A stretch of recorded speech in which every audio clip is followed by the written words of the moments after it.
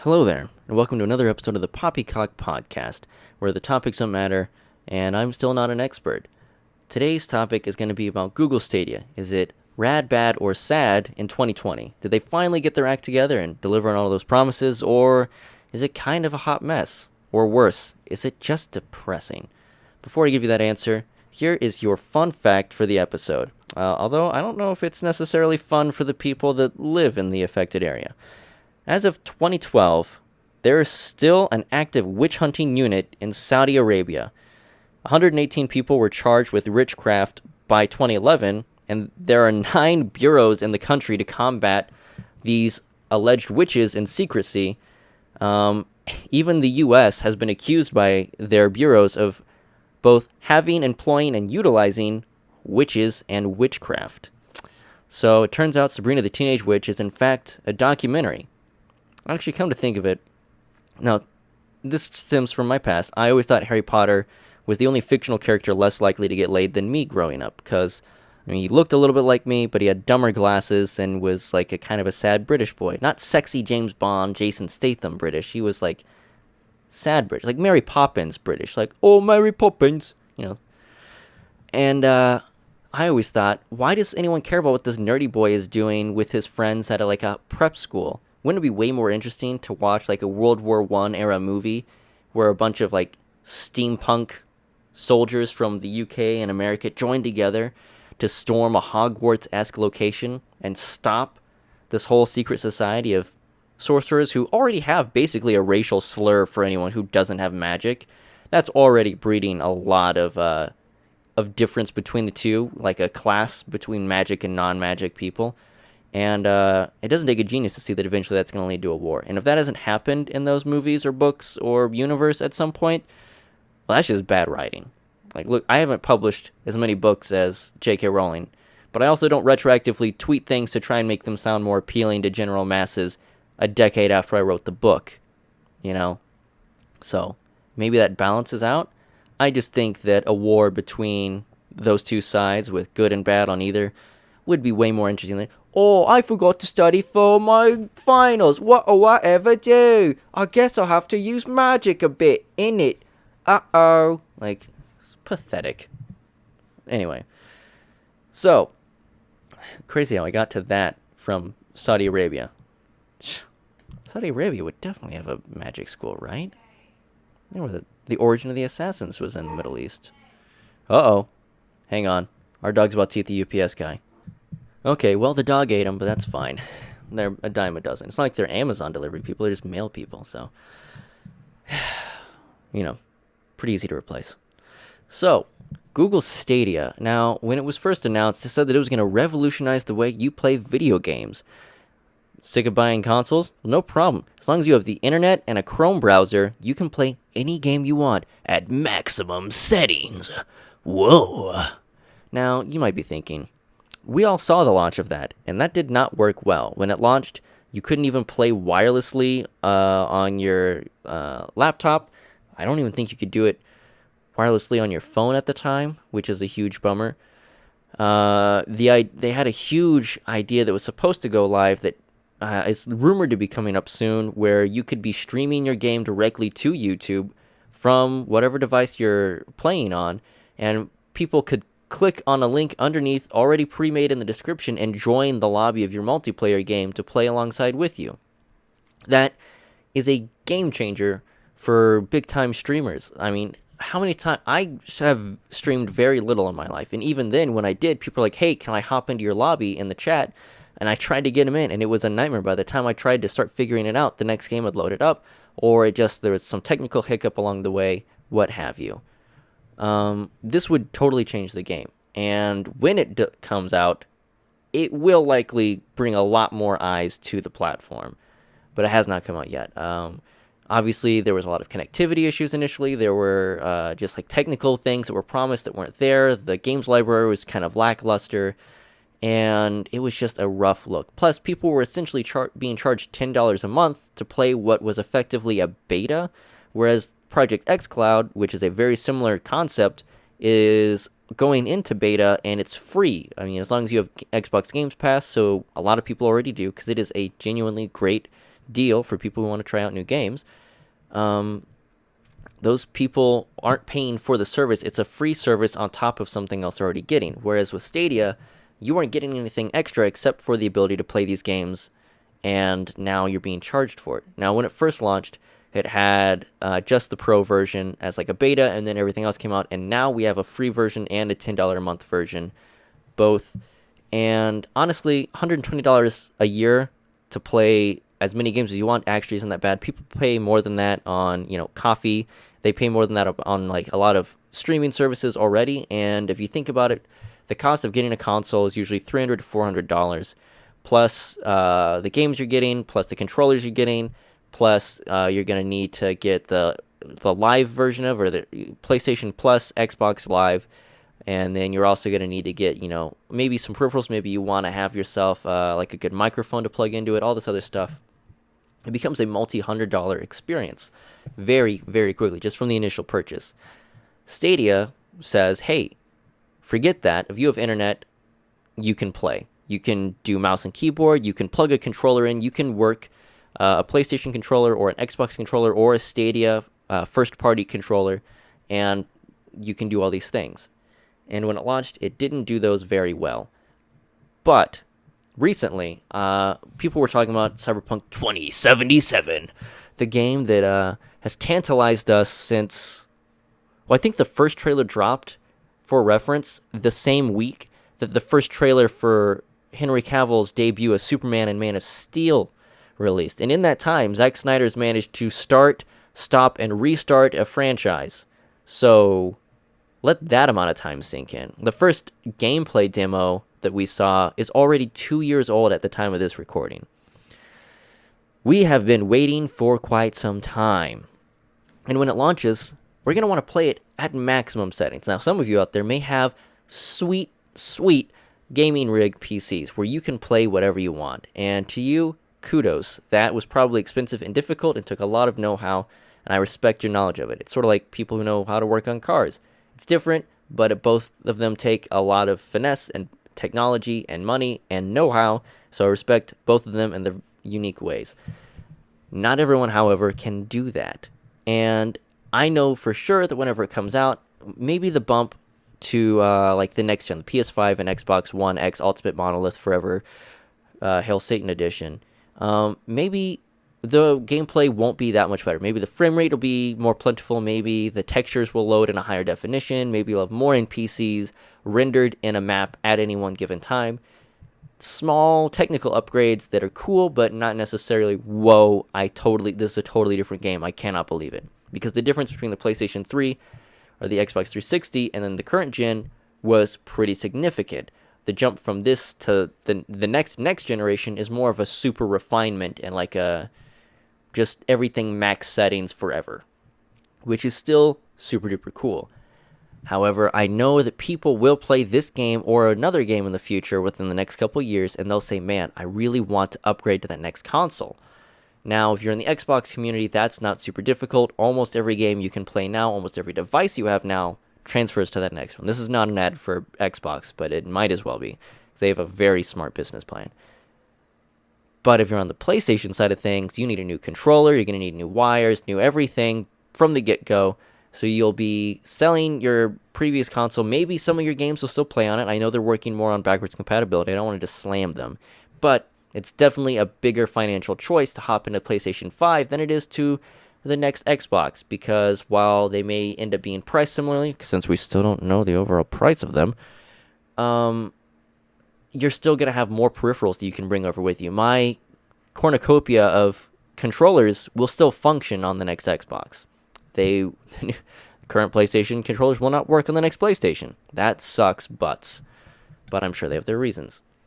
Now, imagine if instead you're just like, I want to just use my already existing controllers and a Chromecast and play games on my TV or whatever. Boom. You can. Because now Stadia has the free version out right now.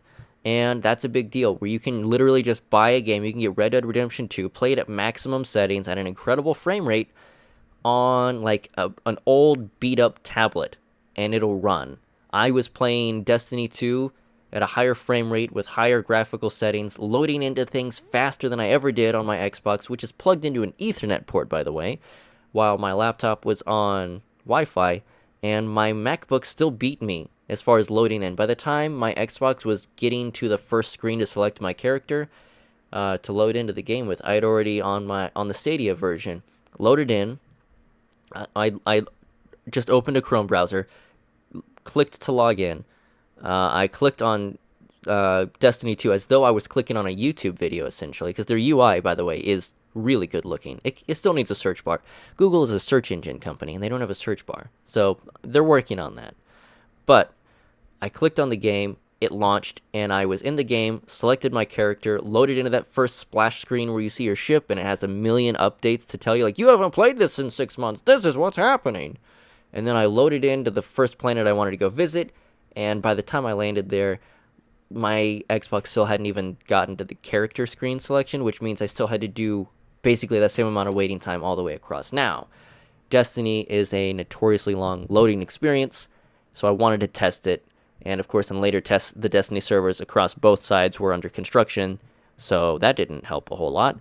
But it's still worth talking about that speed and the fact that playing on a MacBook, and this was when we had worse internet, still a higher frame rate. It dropped now and then because my wife was also doing something on her laptop, and we had something updating on a different console, so it chugged every now and then, but not too bad, because it does this wild thing where I can't believe I'm making another Nicolas Cage reference after talking about Face Off, but here we are.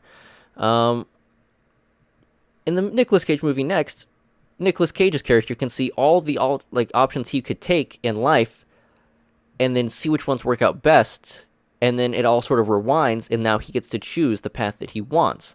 Which one do you want to bet in poker? Which slot machine will work best? What pickup line works best with this girl? What fight move will get you out of this fight the quickest? What is the best way to do this, that, and the other? As you can tell, it's a very weird movie.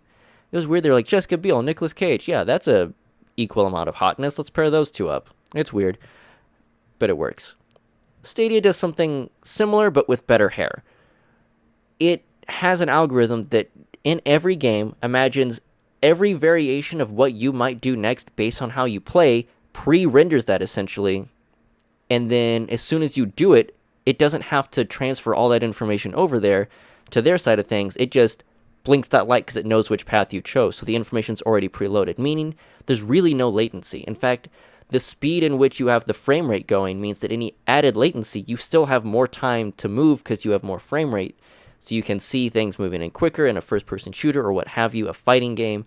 And so you have more time to anticipate, which means you have more time for it to process it and do exactly what you said.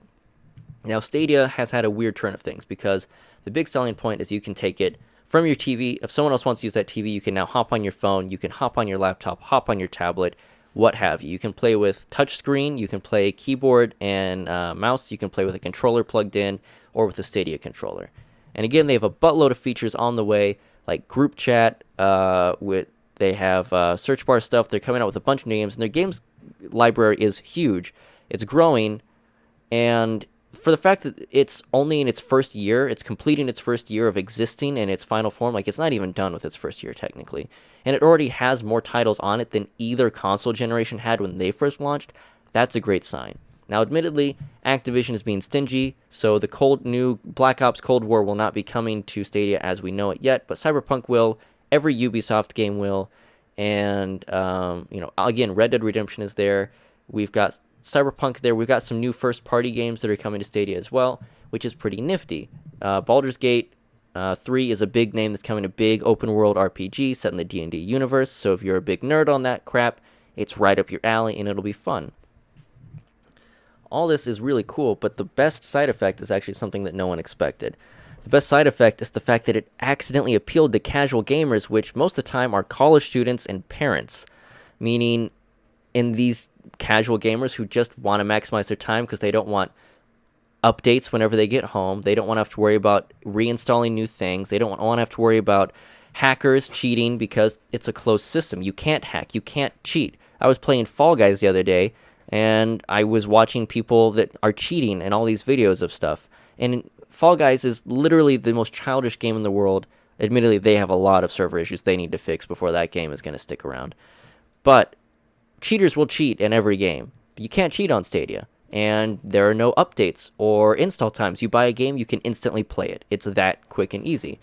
And that's pretty nifty. And that appeals to the moms and dads of the world and to people who are maybe they didn't want to spend several $100s on a console or a new PC or upgrading their gear, but now they can get back into it. And yeah, I'm within the demographic of like I went to high school and all this stuff with the same people that are sort of at the younger age of where this is hitting. Yeah, there are still younger people playing it, but there's a large market of people who are the more mature parental type.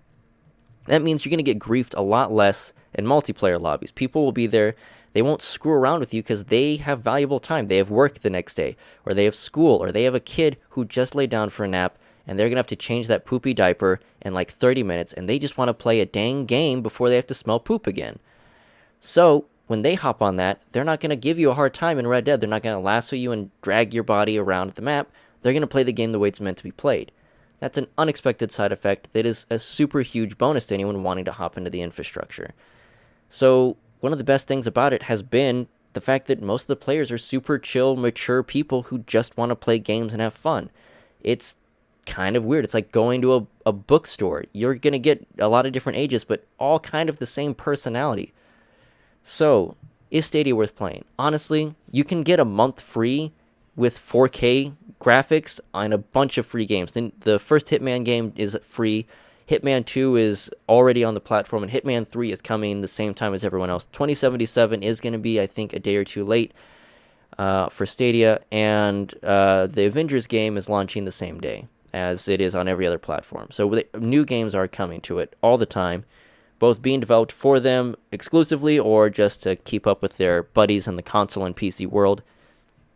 And it's worth giving a try. If you have internet that's above like 50 megabytes per second download, try it out. Even if you don't, the beauty of what Google's doing is that every time they optimize their gear, every time things get better, the Wi-Fi and internet requirements for it will become even smaller and smaller as things go on. They're going to continue to optimize the code to make it work better so that in the next few years, basically anyone can do it. I can already play games on just like my cell phone data. I don't have to be plugged into super high-speed internet. And that's pretty nifty, especially considering I live in a not-so-high-tech part of the United States of America. That's a pretty big deal. So, I would say give it a try. Again, it's free to try out for a month. And if you don't like it, you can cancel your subscription, or you can just play the free version after you've claimed all this stuff. And I know people will complain if I unsubscribe from my, if I ever stop playing on Stadia, then I don't have those games ever again. I can't resell those game discs because there are no game discs. Well, statistically speaking, most games being sold and bought right now are already digital. I mean, the Xbox already has an all-digital version of the Xbox console. So in a world where people are willing to do that, where if you look at your games catalog, more than likely most of your games are multiplayer or have an aspect of the game turned off when you're not connected to the internet. So you already kind of need an internet connection to play most of your games. And that's the other downside people had, was you always have to have an internet connection. Well, most people in today's age always have an internet connection anyway. So it's not that big of a deal, either because you need an update or an aspect of the game won't be accessible without that first initial connection to the internet. So it's really not that different from playing games now. The only difference is if my wife wants to watch TV in one room and I need to move, I can log out and pick up the game immediately where I was on my laptop, no problem. And I can play for hours on that. It's really fun. And it ties into our previous episode about Apple's walled garden. I have mostly Apple devices, so I can't play Stadia natively on my phone, which is a big bummer. And it's one of the reasons, along with Project xCloud and a couple other things Apple's done, that I'm considering trying out the Pixel. In fact, with the business I'm launching soon, I'm going to have a work phone. And my plan is to just buy a Pixel phone, play with both of them for a while, and whichever one I have the most fun with will be my daily driver, and my other one will be my work phone. And it's crazy to think that future-proofing myself to be able to play, Halo on my phone, or to be able to play Hitman or Destiny or whatever, depending on whether I'm on Stadia or if I'm on xCloud, that's a factor in phone purchases or computer or tablet purchases. I don't have an iPad, so I can't tell if Stadia and xCloud are blocked there, but I assume since it operates very similarly to the iPhone that isn't the case, because I can't launch Chrome and play Stadia on my device, unfortunately. But I can on my MacBook. So it's this weird wobbly turn of events that all really rotates around Apple's operating systems. So, in 2020, is Google Stadia rad, bad, or sad? I'd say it's pretty rad. It's kind of like that cool guy your friend always talks about, how you can't wait to hang out and they tell you all these fun stories about him, and sounds like a super cool dude when you meet him. He's pretty chill, like he knows the good place to get pizza, he knows when to tell a funny joke and then when to let you shine in the group. He's not there to overshadow, but he's there to be cool. Maybe he's not like ripping sick skater moves all the time like you thought he would. Maybe he's not constantly chugging a sick, I don't know, I was going to name like a beer, but actually beer just tastes like bread water most of the time. So he's not doing cool boy stuff, but he's a cool guy to be around. So this isn't going to replace your Xbox next week.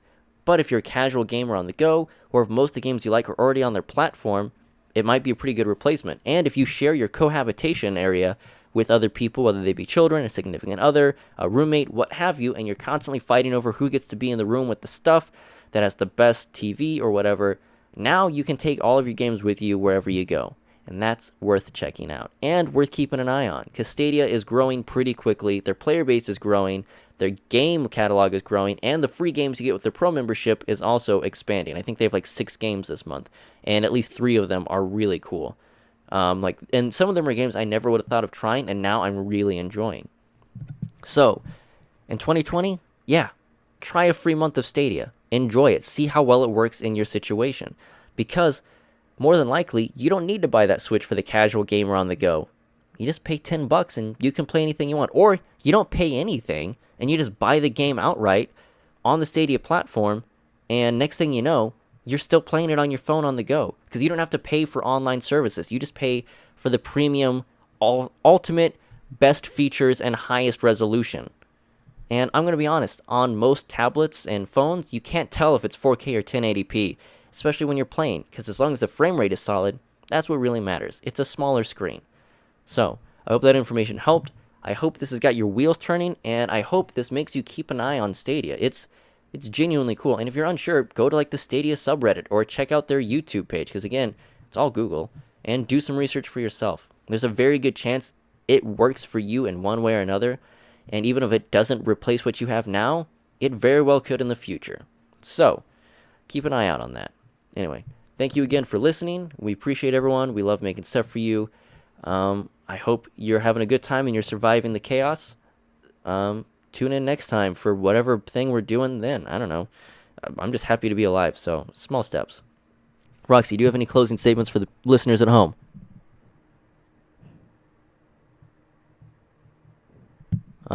Casual sniffing. Casual sniffing was her final words. Thanks again. Stay safe out there. Almost out. I'll be back. You've been back enough. I'll be back. Yippee-ki-yay.